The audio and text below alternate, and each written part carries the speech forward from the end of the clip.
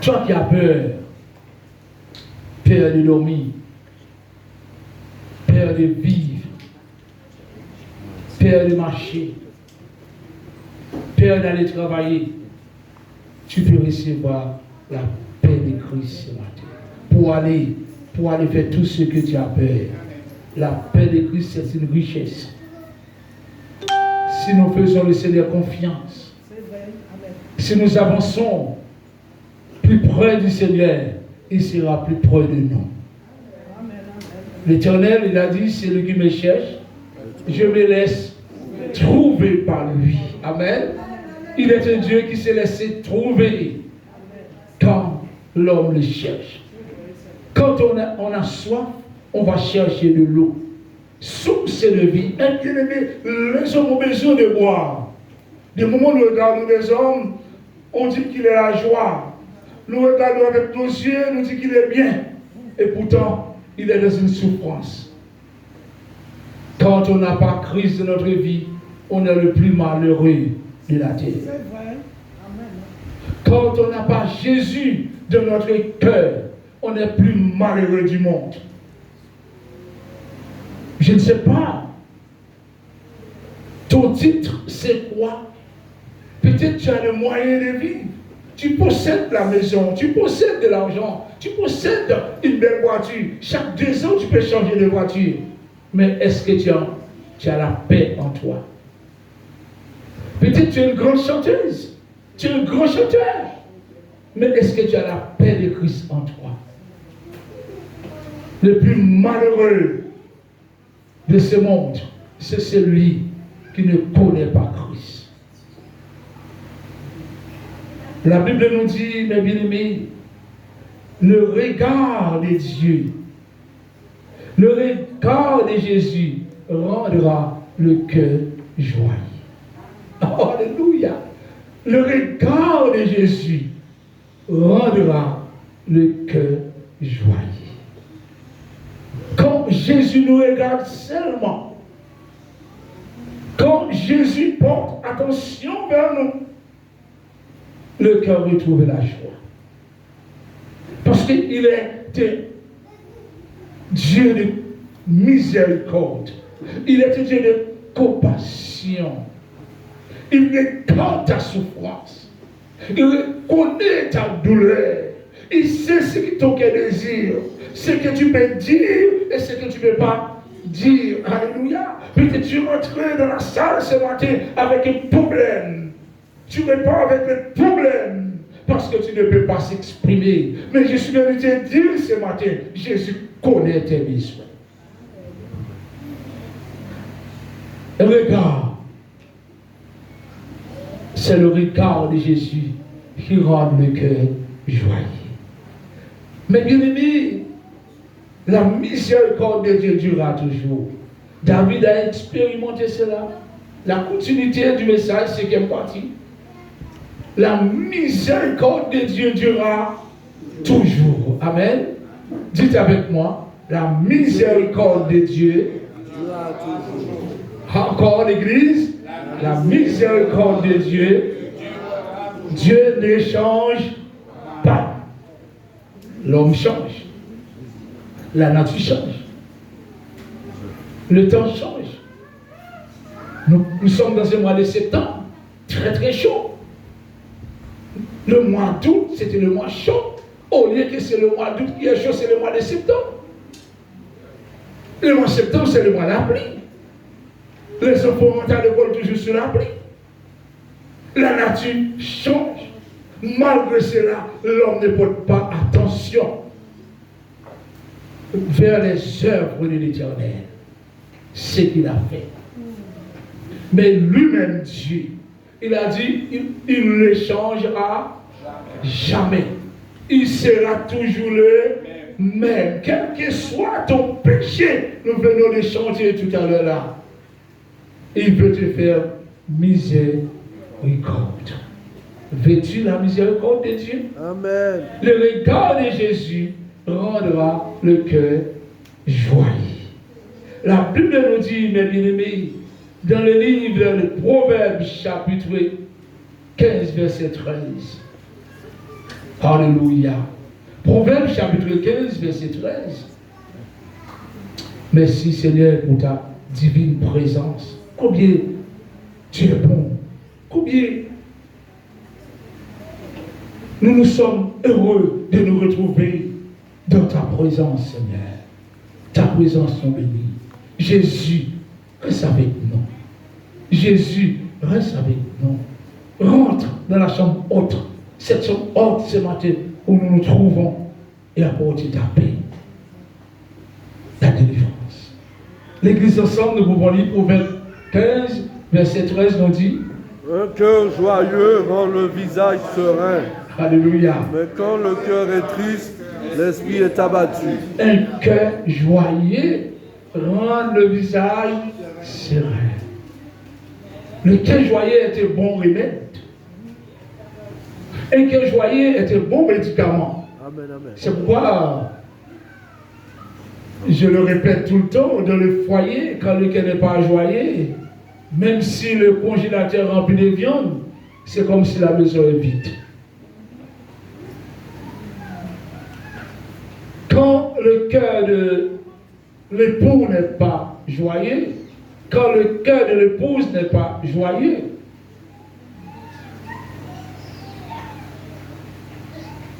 rien ne peut combler sa vie de la maison, même pas l'argent. C'est pas l'argent qui peut rendre un cœur joyeux. Amen, amen.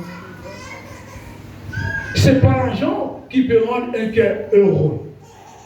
Si l'argent pouvait rendre un cœur joyeux, ce grand chanteur américain n'allait pas se suicider. Parce qu'il possédait le moyen pour payer sa mort. Il avait le moyen pour acheter le bonheur. Il avait le moyen pour que son visage soit serein. Malgré il fait danser les autres, malgré elle faisait sauter les autres, lui-même, il avait une peine dans son cœur. Vous savez, le médecin n'a pas de médicament pour la peine dans le cœur. Mais qui peut guérir la peine? Jésus de Nazareth. Après Jésus qui peut guérir la peine dans le cœur de l'épouse. Jésus, le mari. Vous savez, nous voyons Jésus partout. Mais et nous, quelle est notre responsabilité? Qui peut guérir la peine dans le cœur du mari? Des moments, le mari, il y a des choses dans la maison qui lui rendent peiner. Il ne peut pas parler, mais il n'arrive même pas à manger. Parce qu'il sait s'il parle, la femme va dans la maison. La femme va tourner le dos. Et ce n'est pas les enfants de Dieu. Ce n'est pas les chrétiens. Hein? Ceux qui ne connaissent pas Christ. Mais vous savez, c'est l'un à l'autre qui peut rendre un cœur joyeux. C'est vrai. Parce qu'on aura quand même des moments de tristesse. On aura quand même des moments de peine. Mais pourquoi Dieu place l'un à côté de l'autre? C'est pour aider l'autre. C'est pour encourager l'autre. Pourquoi nous n'arrivons pas à vivre comme des petits pigeons? La poule connaît quand le coq est dans les besoins. Ou non, mes frères? Amen. Soyez intelligentes, messieurs, vous êtes intelligentes. Mes frères, la poule connaît quand le coq est dans les besoins d'amour. Qu'est-ce qu'il fait quand il s'approche pour être la poule? Le coq. Dis-moi, mes frères. Dis-moi. Le coq lui-même, qu'est-ce qu'il fait là, à côté de la poule là? Il commence à carrer son corps. Ou pas sentir mon besoin? Ou pas sentir mon besoin? Ou pas sentir... Mais bien aimé, et puis au moment où tu vois la poule qui fait, ça baise. Mais du moment où l'homme ne connaît pas les besoins de sa femme. Parfois, la femme ne connaît pas les besoins de son mari. Et puis la maison, tête en bas. Oh, il n'y a pas d'amour, il n'y a pas d'amour. Mais c'est à vous de créer l'amour. Mais qui va faire l'amour pour vous? Ce n'est pas les pasteurs qui vont venir sur les lits avec vous. Mais c'est à vous-même, mes bien-aimés. Cherchez, criez l'amour, mes bien-aimés. La clé dans le foyer, c'est l'amour. Mais c'est à nous, mes bien-aimés, à oser l'amour. Et quel joyeux était bon remède. Quand le cœur n'est pas joyeux, l'homme ne fait plus la vaisselle. L'homme il crasse tous les assiettes de la maison. Il ne peut plus les barrer pour balayer. Il n'est pas content. Ce n'est pas son habitude. Quand le cœur n'est pas joyeux, l'homme n'est pas joyeux. Même le repas est amer. Mais quand, alléluia, vous savez, l'homme, il ramène la joie. Depuis à 11h, 1h d'après-midi. Tu vois, il passe de la cuisine déjà, il commence à. Mais il ramène la joie. La Bible nous dit, et quel joyeux est un bon remède. On a ce qu'il faut, mes bien-aimés. Dieu nous a donné ce qu'il faut pour guérir le cœur de l'un et de l'autre. Dieu nous a donné les moyens pour le faire. Je vais prêcher sur le mariage aujourd'hui. Ce n'est pas moi qui vais prêcher de ton mariage surtout. Le prédicateur est déjà là. Amen. Gloire à Dieu. La Bible, ensemble, nous pouvons répondre le verset.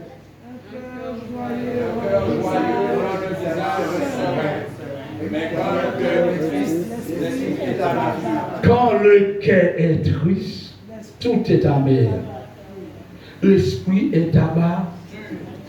Oh, alléluia. Parce que le cœur n'est pas joyeux. Dans le psaume 34, versets 4 à 6, regarde ce que la parole de Dieu nous dit. Dans le psaume 34. Mais bien aimé, il est très important de méditer la parole de Dieu. De faire des efforts. Méditer, c'est d'observer la bouille de l'Éternel. Donc, lorsque je parle ainsi de quel joyeux, je vais vous donner un secret. Je vais vous dire quelque chose. Vivre comme des cochons ou comme des cabris.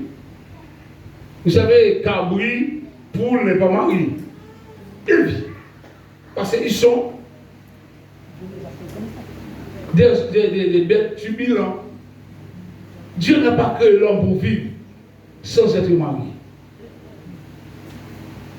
Dieu a créé le mariage. L'affection dans le mariage, ça n'a rien à voir avec quelqu'un qui vit sans mari. Fais l'expérience. Vis dans la pédicité. Abandonne la pédicité, va marier pour voir. Vous allez sentir comme c'est un jour nouveau. C'est comme si une nouvelle vie a commencé dans la maison. Comme si tu n'as jamais connu ta copine. C'est le mariage, mais il ramène une source de bénédiction. Vous ne savez pas ça? Il y a un pasteur qui disait, pendant, et toujours témoigné, des moments où il est là avec sa femme, il est en relation avec sa femme, et puis il commence à parler en langue. L'Esprit de Dieu le remplit, comme il a rempli Abraham. Alléluia. À 100 ans, quand il avait 19 ans, l'Esprit de Dieu a rempli Abraham. Ce n'était pas comme la même vie qu'il avait avec. C'est vrai. Avec qui? Agar. Ça n'a rien à voir entre Sarah, qui avait 90 ans, et Agar, qui était plus jeune. Ça n'a rien à voir. Quand l'Esprit de Dieu est rempli les foyers, l'Esprit de Dieu est rempli les lits, l'Esprit de Dieu est rempli notre amour, même quand tu vas embrasser, tu vas sentir c'est un autre embrassement. Parce que Dieu sera dedans. Alléluia. La Bible nous dit, la langue douce est un arbre de vie. Je n'ai pas demandé, mais il a raison. Il avait dit 4-7. La langue douce. Les bien-aimés, nous devons avoir la langue douceur rose. La langue douce. Mes soeurs, la langue douce. Vous savez, une femme qui avait la langue doucereuse, de quel livre? Qu'est-ce qu'elle faisait? Le regard de cette femme attire déjà les hommes. Et si nous lisons cette femme qui avait la langue douce, vous allez voir comment il a fait. Et jeune homme dormi chez elle. Le jeune homme a apporté tout ce qu'elle possédait pour la femme. Parce que sa langue était douce. Dieu n'a pas créé la femme avec une langue mauvaise, une langue sale. Mais Dieu créé la femme à une langue douce. Pourquoi? Pour créer un foyer de douceur. Pour donner de naissance à des enfants avec des belles paroles, des paroles de bénédiction. Alléluia. Exact. Alléluia. Tu n'as pas fini, tu as enlevé. Alléluia. La langue douce, c'est quoi? Donne-moi la langue douce. C'est le verset 3, c'est ça? C'est le verset 4. Ah, tout à l'heure, là, dans le proverbe, il a déjà enlevé. Alléluia. C'est bon, ça veut. Mais bien aimé, voilà, lisez ensemble avec moi. Regardez nos langues. La langue douce. Est-ce qu'un arbre de vie peut rendre un cœur triste? Quand on va dans l'arbre pour prendre le fruit, est-ce qu'elle peut rendre la bouche amère? Non. La langue douce, c'est un arbre qui donne la vie. Comment on détruit un arbre qui porte du fruit? La Bible dit dans le dernier livre d'Ésaïe. Comment détruire un arbre qui donne du fruit? Dis-moi, mes bien-aimés. Sois intelligent. Dieu nous a donné l'intelligence. Si tu as un arbre chez toi qui porte beaucoup de fruits, et puis quelque chose monte dans ta tête, c'est bizarre ça. Mais il y a un problème. Il y a un proverbe qui nous dit, j'ai toujours entendu dire, quand l'arbre est rempli de fruits, il ne faut pas le couper. Oh, l'église. Quand l'arbre est rempli de fruits, il ne faut pas le couper. L'homme a besoin de discernement pour regarder la femme comme un arbre. La femme qui porte du fruit, le fruit la femme a porté, c'est de quoi? Dis-moi. Ce n'est pas toute femme qui porte du fruit. Oh, mais c'est le fruit de tes entrailles, c'est quoi? C'est la Bible qui le dit dans le psaume 138 ou 139. Les fruits de tes entrailles. Comment détruire un arbre qui porte du fruit, mes frères, pour aller vers un autre arbre qui ne porte pas du fruit? L'homme a un problème de la tête. L'homme a un problème de la pensée. Comment rejeter un arbre qui porte du fruit pour aller vers un arbre qui porte des fruits amers? Le fruit qui peut te tromper. Après 2-3 jours, tu penses que tu es tombé sur un bon arbre et puis tu as vu que c'était un mauvais arbre. Parce que tu n'as pas prié avant. Parce que tu n'as pas cherché Dieu avant. Mais bien aimé, la Bible nous parle d'une langue douce. La langue douce, c'est une langue bénie de l'Éternel. Amen. C'est une langue qui apporte la joie. Mais vous avez la joie dans vos cœurs. Vous avez la bénédiction dans vos bouches. Mais Dieu vous a donné une langue doucereuse. Moi j'ai dit, si j'étais une femme, j'allais faire un homme passer sur une table. J'allais faire un homme pleurer. Parce que je sais que la femme a ce qu'il faut. Dieu a créé la femme à quelque chose, mais la femme ne voit pas la valeur que Dieu a mis en elle. Elle a donné une langue. Elle a donné, et puis c'est pas seulement la langue. La Bible nous dit, Marie aime ta femme comme Christ aime l'Église. Mais il n'a pas dit à la femme aimer son mari. Mais il a dit Marie aimer parce que Dieu sait que l'amour, la femme porte de l'amour. Déjà, depuis que l'enfant tombe dans son ventre, elle a comment caresser son ventre. La femme s'est portée d'amour, mes bien-aimés. Vous savez ça? La femme portée d'amour. La femme a l'amour dans son cœur. Oh, merci Seigneur, parce que dans mon parcours depuis jeunesse, j'ai toujours tombé sur des bonnes femmes. Amen. Et si je suis là aujourd'hui, Dieu a toujours mis une femme sur ma route. Depuis jeune, c'est comme ça. J'étais superviseur dans une factory à l'âge de 16 ans, 17 ans, 18 ans, à 20 ans. C'est une femme qui m'a fait laisser en Haïti.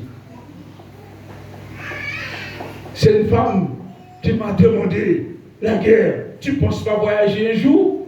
J'ai dit bien sûr. En arrivant en France, je me suis tombé dans la main de deux femmes, des jeunes femmes qui ont pris soin de moi. En arrivant en Guyane, je me suis tombé dans la main d'une femme encore qui m'a mis à côté de son mari. Nous étions trois sur le lit. Trois sur le lit. Il m'a fait dormir derrière les dos de son mari. Une femme. En arrivant en Martinique, j'ai dit non. Je suis encore jeune. J'ai d'autres intentions. Je retourne dans mon pays.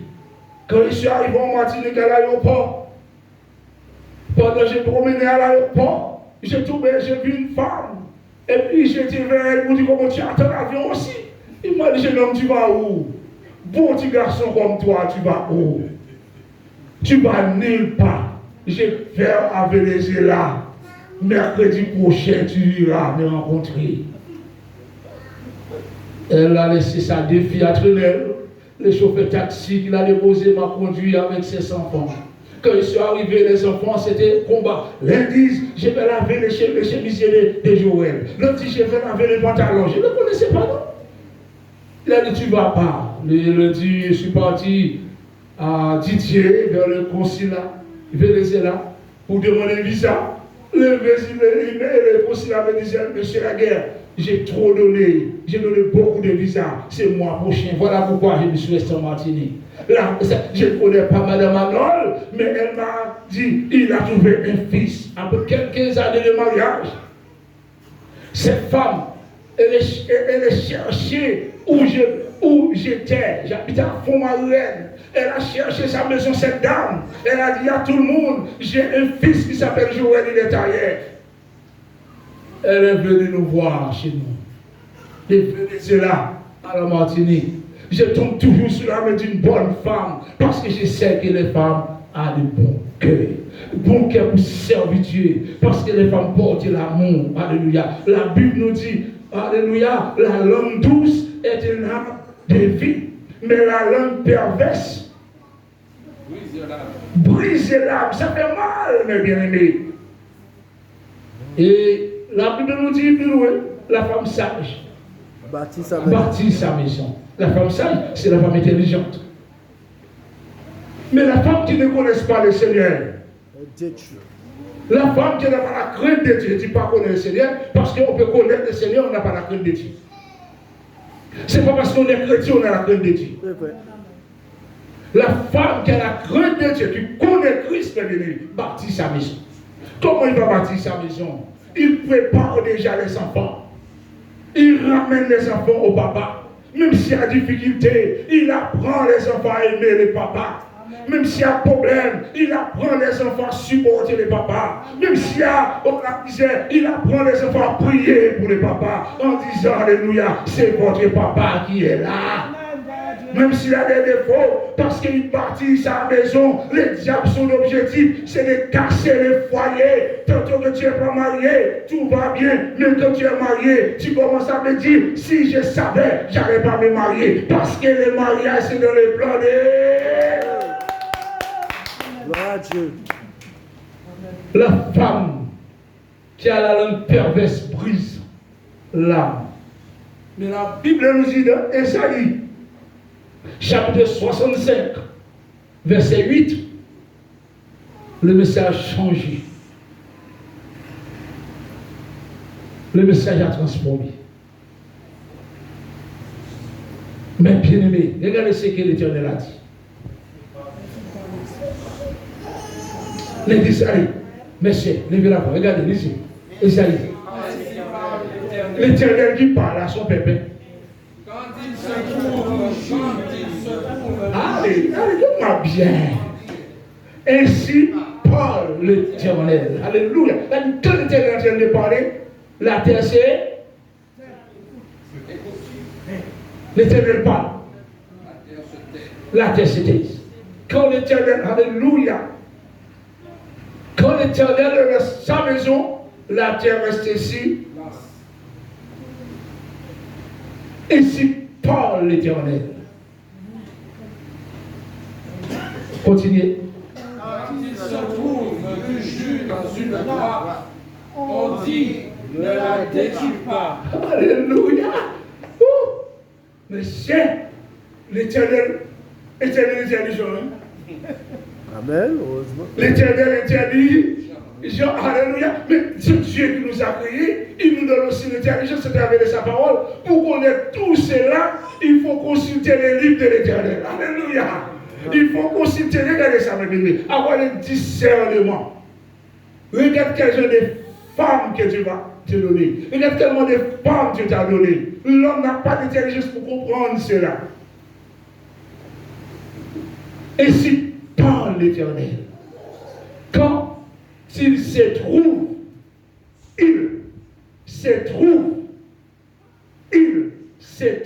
du jus dans une grappe, on dit, ne la détruis pas. Ne la détruis pas. Car, l'église ensemble, car il y a là c'est dans la grappe. Exactement. La grappe de réception de ta main.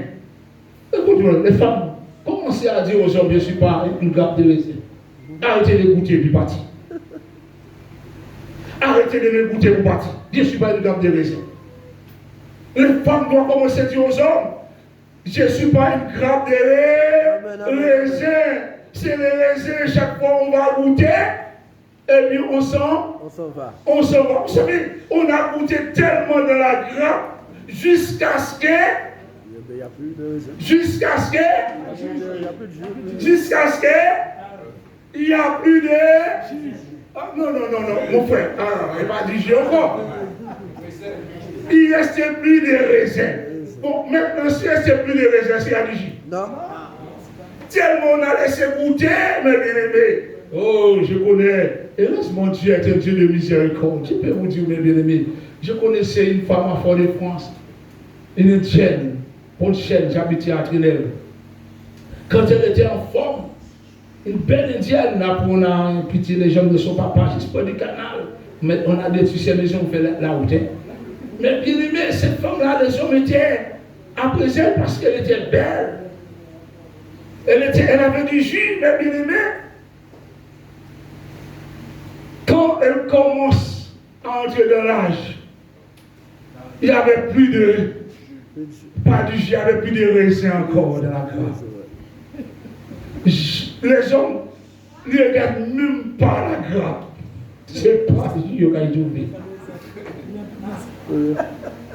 Peut-être maintenant elle est décédée. Elle ne restait plus de raisin encore en elle.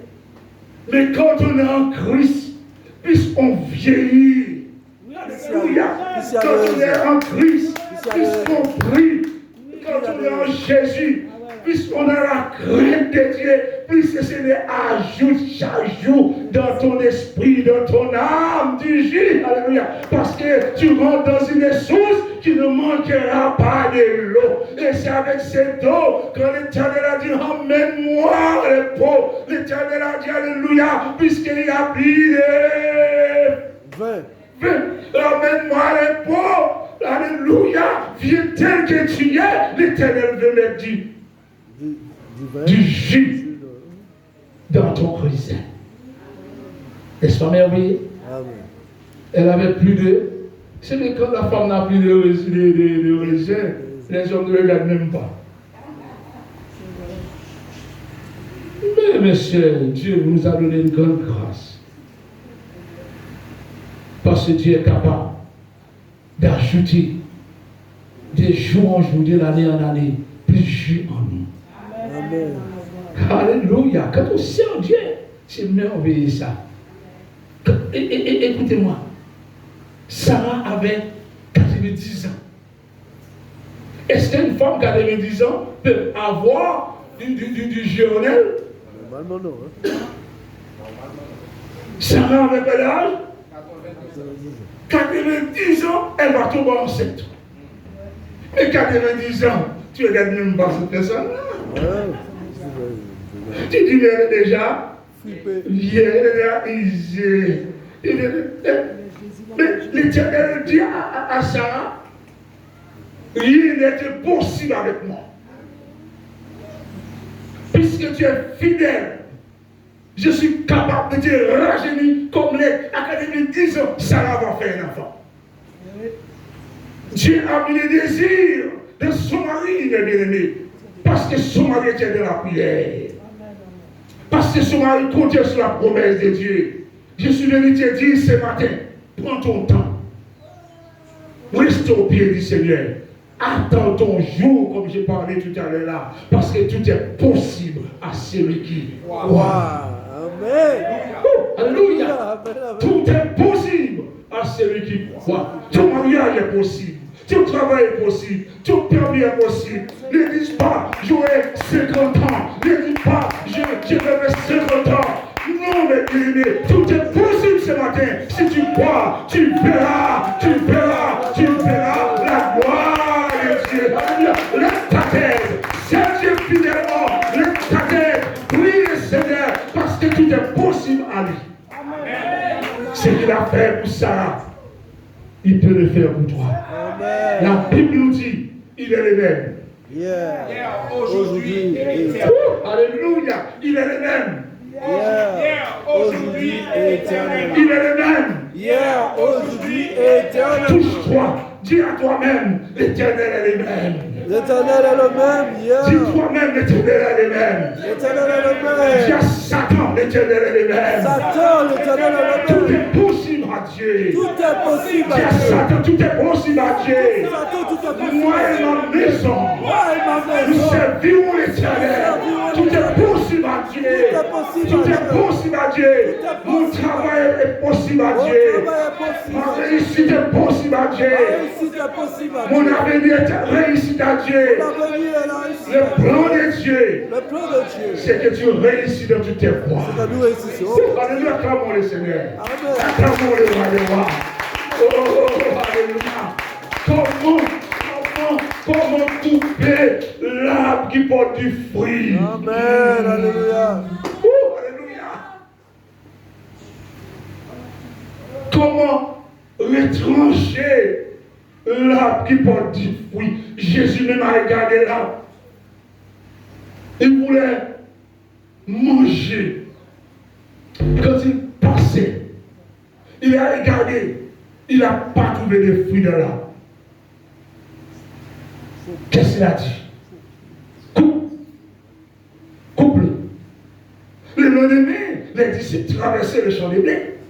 Et puis en arrivant là où le Seigneur avait dit coupez là, il a dit Seigneur, voici l'arbre que tu as maudit. Voici l'arbre que tu as maudit. Il n'a pas de fruits dedans. Et la Bible nous dit, Dieu nous a appelés, il nous a donné une vie éternelle, il nous a donné son amour. Dans son amour, oh, nous devons porter du fruit. Mais vous savez, le meilleur fruit on a besoin, premièrement, vous savez quel fruit on a besoin? C'est le fruit de l'esprit. Amen. Oh, alléluia. Le fruit de l'esprit. Avant toutes les choses. Avant même de créer un foyer. Peut-être tu as un foyer déjà, mais tu ne connais pas le fruit de l'esprit. Ce matin, descends devant le Seigneur. Dis Seigneur, prends-moi le fruit de l'esprit. Si tu as l'intention de se marier, retourne vers le Seigneur. Dis Seigneur, mon foyer doit porter du fruit. Apprends-moi le fruit de l'esprit. Quand vous allez marcher selon l'esprit de Dieu, vous n'allez pas accomplir les choses de la chair. On retourne bientôt sur le fruit de l'esprit. La Bible nous dit, quand il se trouve du jus dans une grappe, la femme c'est très belle. Vous êtes belle, mes bien-aimés. Ne dites pas, c'est belle. C'est beau visage que Dieu vous a donné. Ton mari, il est là. Mon frère, tu es beau. Ne détruis pas ce corps spirituel. Ta femme est là. Ne soyez pas pressés. Fais comme. Vous savez, lorsque j'ai entendu parler du Seigneur, du Seigneur, vraiment, j'ai commencé à comprendre l'évangile. J'étais un vagabond de ma jeunesse. Comme la Bible parle plutôt vagabond, c'est l'expression l'homme qui dit vagabond, mais l'homme vagabond. L'homme vagabond, c'est vagabond. L'homme vagabond, tu as animé un autre esprit. Tu n'as pas l'esprit de Dieu en toi. Parce que dans la Bible veut que nous soyons remplis de l'esprit. Et puis, dès ma jeunesse, j'étais un coureur, j'étais un menteur. Quand j'ai commencé à entendre l'évangile, j'ai rencontré ma femme à 33 ans. Elle avait 31 ans. Belle, petit chouchou. Jusqu'à présent, elle est belle. Amen, alléluia. C'est pourquoi je dis, mais écoutez-moi, aujourd'hui, n'ayez pas peur. Je n'étais pas rencontré avec cheveux blancs.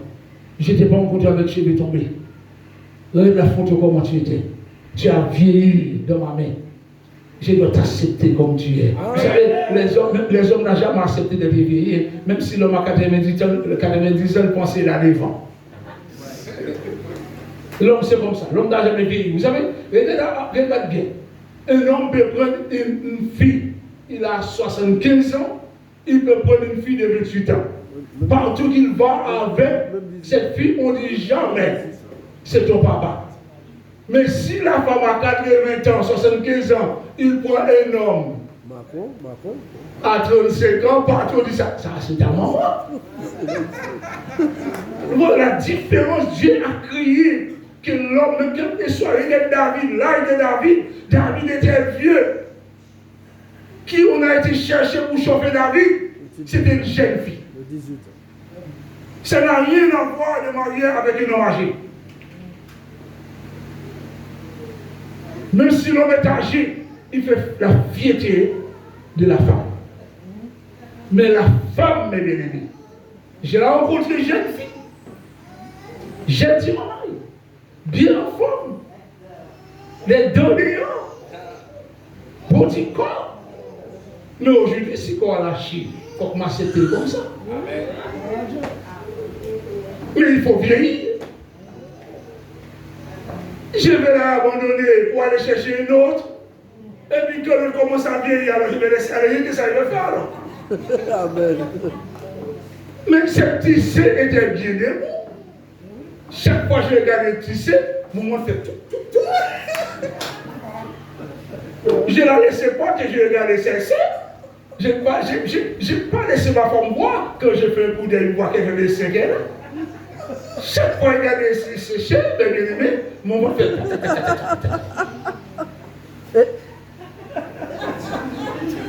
Mais aujourd'hui, mes bien-aimés, elle m'a donné le fruit qui était en elle. C'est normal, laisser bâton.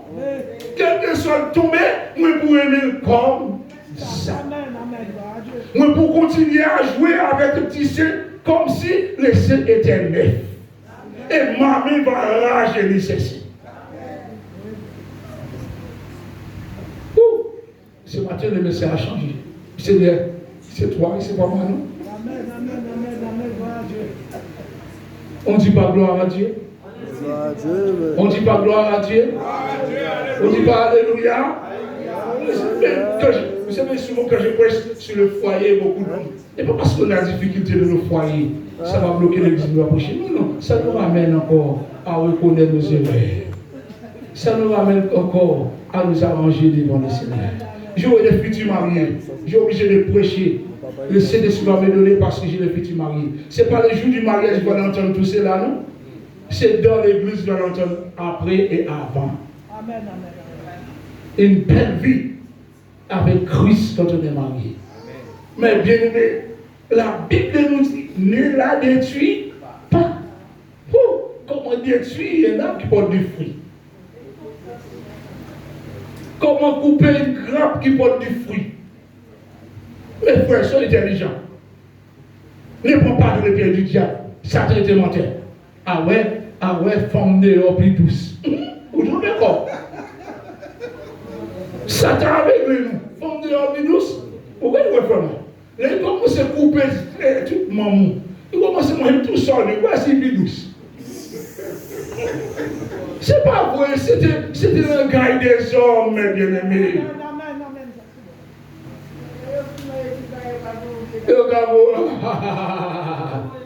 C'est pas vrai, la Bible m'a jamais dit forme dehors plus douce. La Bible m'a dit, mes bien-aimés, c'est la mort celle qui doit nous séparer. Alléluia. Mais quand même tout cela, on a besoin de la crainte de Dieu. Je parle là sur 30. Je suis marié en 90. J'aurai 32 ans de mariage de quelques mois. 32 ans de mariage. Élevé avec 30 enfants qu'on a. Et du 7e, va se marier le mois prochain. 7e fille. Et encore hier soir, j'ai regardé sur mon WhatsApp, le groupe de la famille. J'ai un garçon qui me dit, papa, mon mariage c'est pour bientôt. J'ai 3 garçons là-bas. J'ai dit hier soir. Écoute-moi, j'ai entendu le petit me dire, papi, dimanche, il était à côté de moi. Lui, il a dit, papi, je vais faire comme toi. Il dit, gloire à Dieu. Papi, je vais faire comme toi. L'exemple, c'est moi. L'exemple, c'est maman. L'exemple, c'est nous-mêmes. Frères, sœurs, l'exemple de l'église, c'est nous-mêmes. Nous devons porter l'exemple. Ne laissez pas l'exemple nous couronner, non? Femme dehors, papi, doucement. Femme dehors, c'était piège.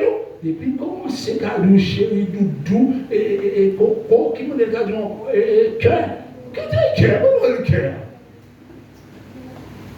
Laissez Dieu te conduire dans la bonne voie.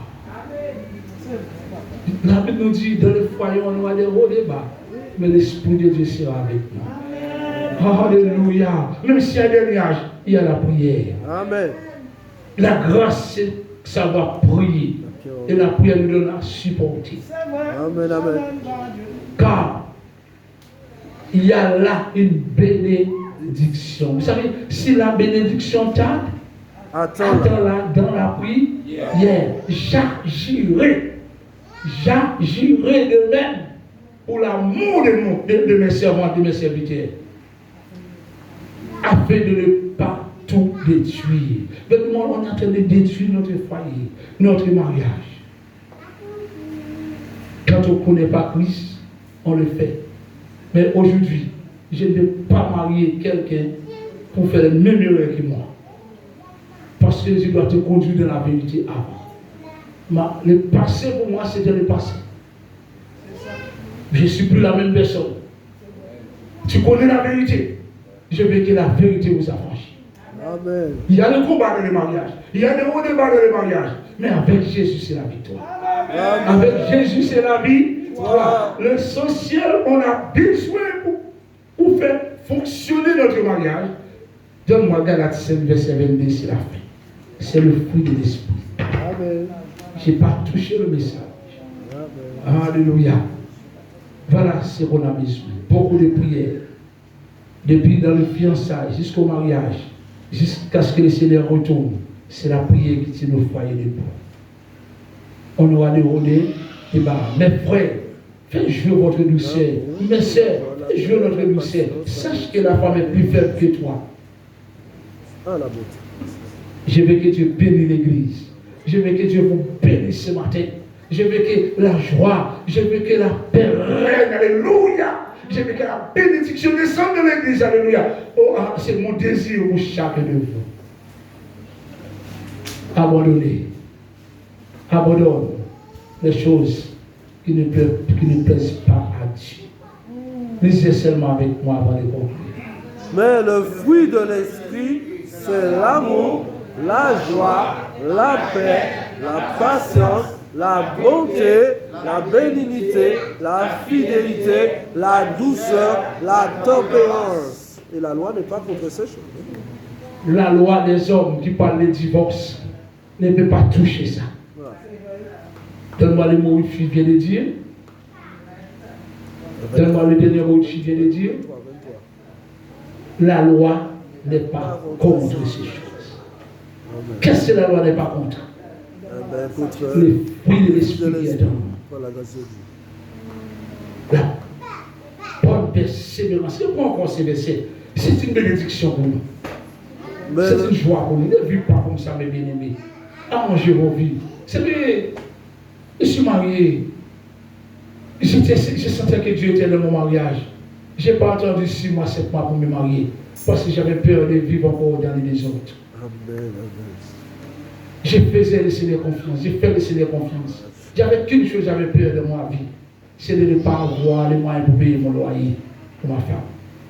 Mais pour vivre bien, j'ai commencé à comprendre l'évangile. Je n'étais pas ignorant, mais j'ai peur. Si un juif ne travaille pas, on veut frapper la porte de la maison. C'est ça seulement, j'ai dit à ma femme qui m'a fait peur. Dieu m'a béni à travers de cette paix. Dieu a amené la paix en moi.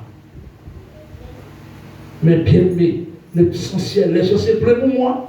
Parce que la guerre là où tu habites, là tu dors. Le mauvais temps passé, le monté, la voiture entrée chez moi. Les gens venaient, les gens criaient pour moi. Pourquoi vous habitez là? Laisse-moi vous dire quelque chose. Je ne suis pas marié avec ma belle famille. Je respecte mes belles familles, mais je suis marié avec ma femme. S'il n'y a pas celle, c'est elle et moi. S'il n'y a pas de succès monté, ce n'est pas la famille. C'est mon premier mot à ma femme. On va dormir sous un arbre, mais le plus fort, c'est l'amour. L'amour. Les gens se plaignent pour nous, mais on était remplis d'amour.